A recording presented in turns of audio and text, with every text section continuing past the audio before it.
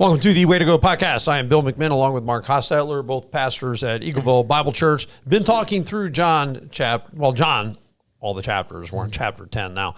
And I love it because this one's going to be about living your best life. Because there's a verse here that actually our church motto is based on. We want everyone to experience the best life possible in Christ. Yeah. That's from John 10:10, where Jesus Christ came to give life and give it to the full. So he's talking here in these terminologies, I'm your shepherd, which I think is cool that Jesus Christ calls him a shepherd. It reminds me that I'm supposed to shepherd people too. Yeah. And a lot of times we have shepherding opportunities. We have friends we shepherd. We have families we shepherd. If you're a school teacher, you have kids you shepherd. I think there's a lot of ways to look into this and really look at a practical side of it. So I think that's really cool too. Bill, I love the shepherd aspect in this. Shepherd equals protection. Right. You know what I'm saying? So when he says, I'm the good shepherd, I'm the one protecting you. You know, you think back, the story of David, when he said, I went and grabbed the sheep out of the lion's mouth. Right. You know what I mean? I brought that thing back. That's a good picture. You know, right. Jesus is the one that's protecting me, and he's pursuing me all the days of my life. That's what it says in Psalm 23. Correct. You know? And in this passage, it's not pursuit, it's guidance. So you look at, yes, we know that Jesus Christ seeks out the lost sheep, but we also know that he's guiding. And I think we see this term all the time, by the way. I've seen it. You've seen it. I know you have. Sheeple.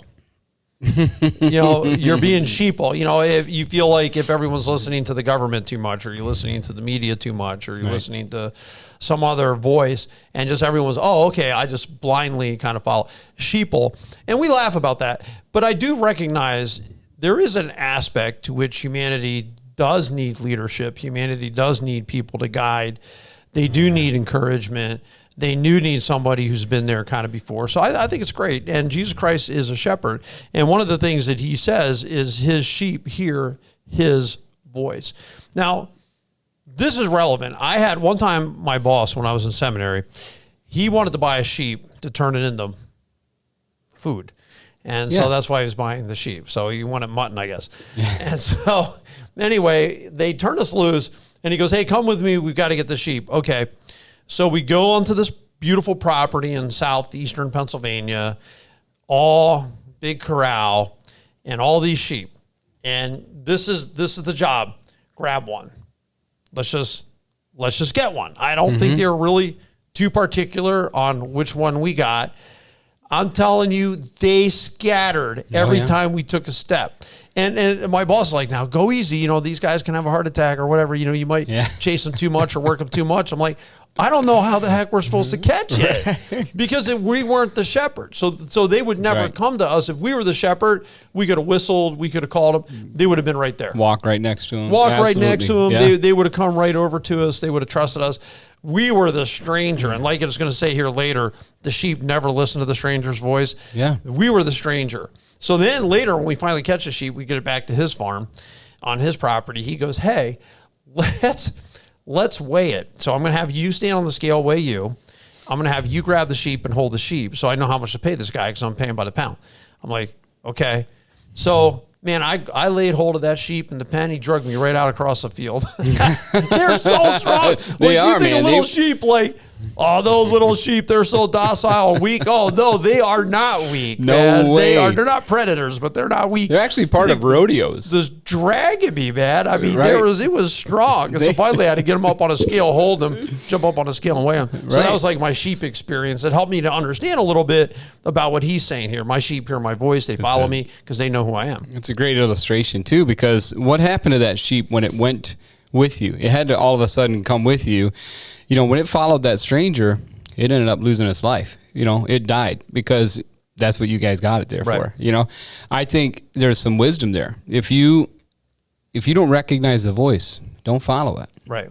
Don't chase after that thing, man, because it's going to take you down a path that's going to end up in probably destruction. You know, because that's what the enemy does. He comes in and he steals, kills, and destroys. I mean, that's what he's doing. Well, that's John 10:10 too. Exactly. We're going to get to that. Right. But they were his sheep hear his voice. There's a close relationship with the sheep because they can recognize his voice. And so I kind of love that in John chapter 10. I want to scoot over there actually to that verse. And he said, Truly, truly, I say to you, he who does not enter the sheepfold by the door, but climbs in another way, that man's a thief and a robber. So he recognized there's people that don't have the best interest of the sheep in hand. He who enters by the door is the shepherd. To him, the gatekeeper comes. The sheep hear his voice. So the real shepherd, sheep hear his voice.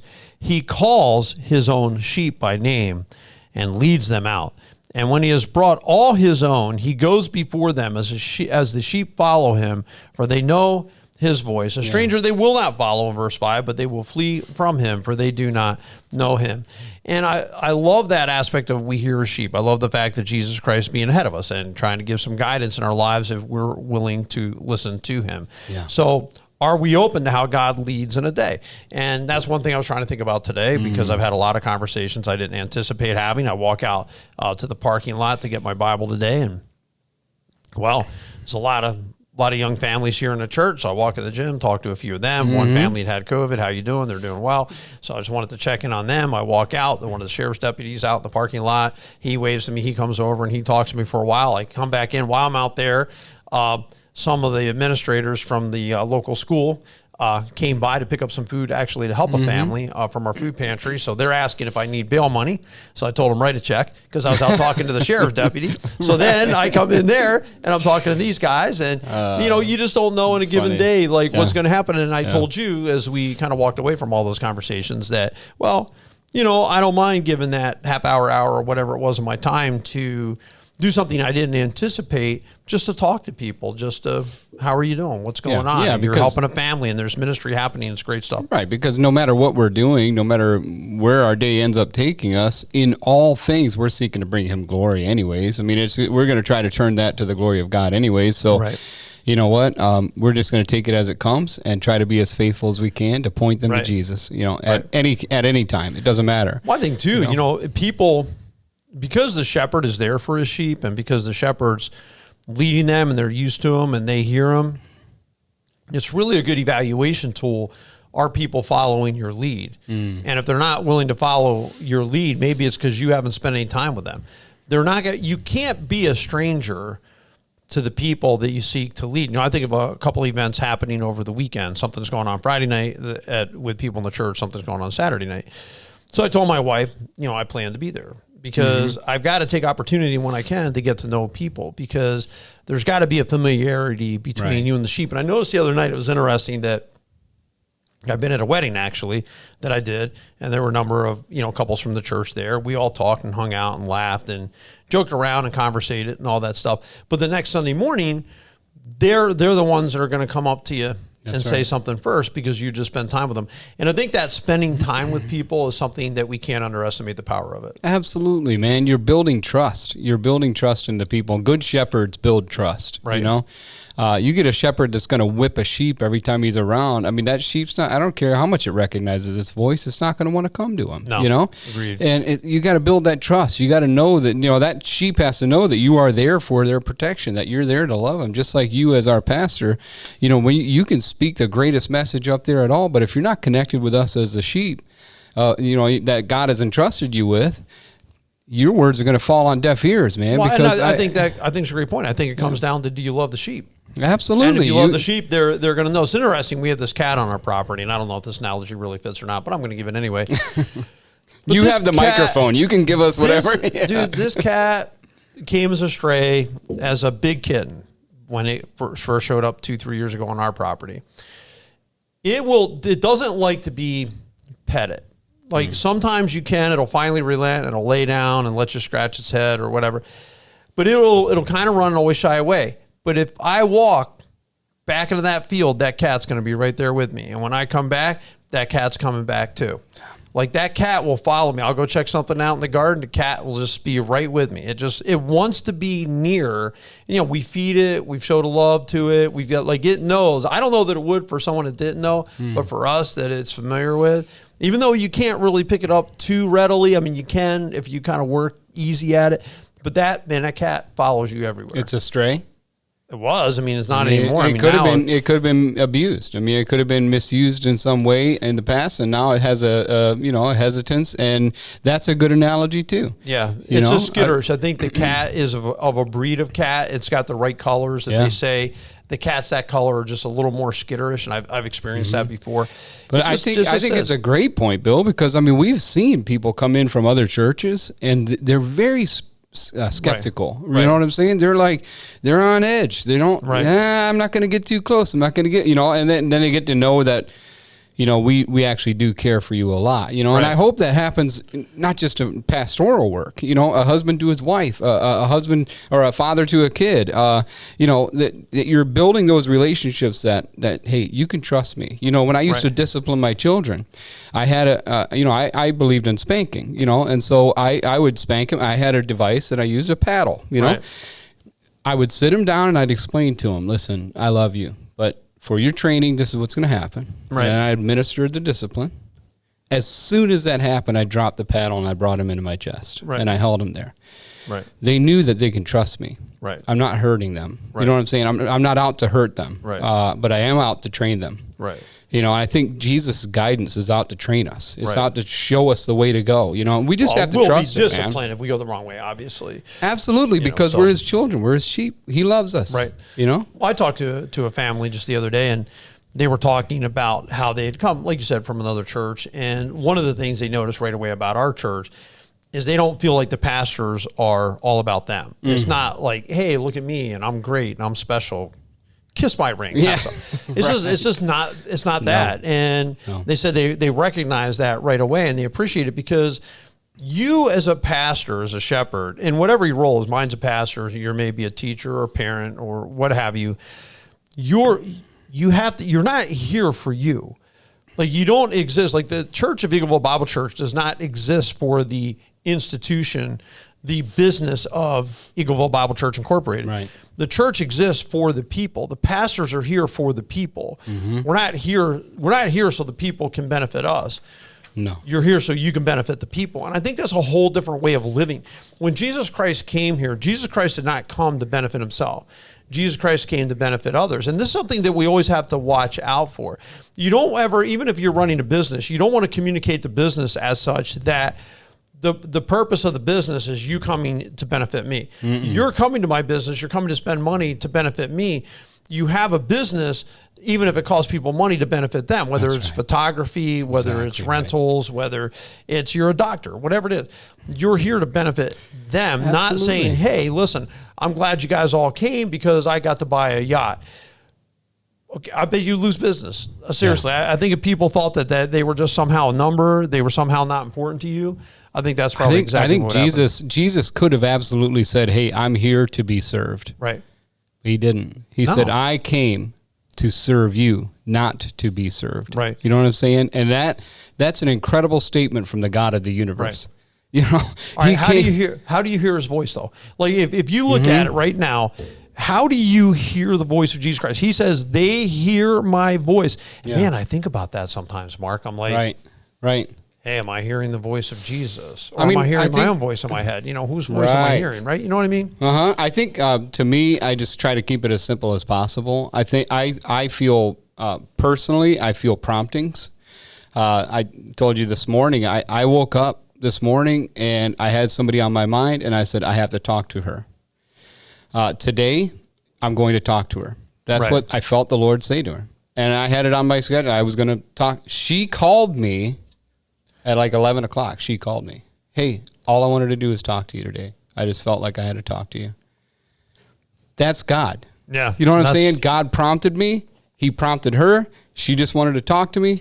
Right. That's an awesome thing, I love her. I mean, she's a wonderful saint for the Lord, and I haven't connected with her in a couple weeks, and the same day. This isn't coincidence. This is the Lord's voice. This is his prompting, and we just got to be obedient with it, Yeah. And the more, I think too, Bill, the more exposure, the more you exercise it, the better you are at hearing it. You know what I'm saying? The better you are at knowing, Well, I think too. I mean, I think that we need to be in prayer. I think that we need to read the Bible. I think be in church. I mean, all these are ways, if someone said, well, how do you hear the voice of the Lord?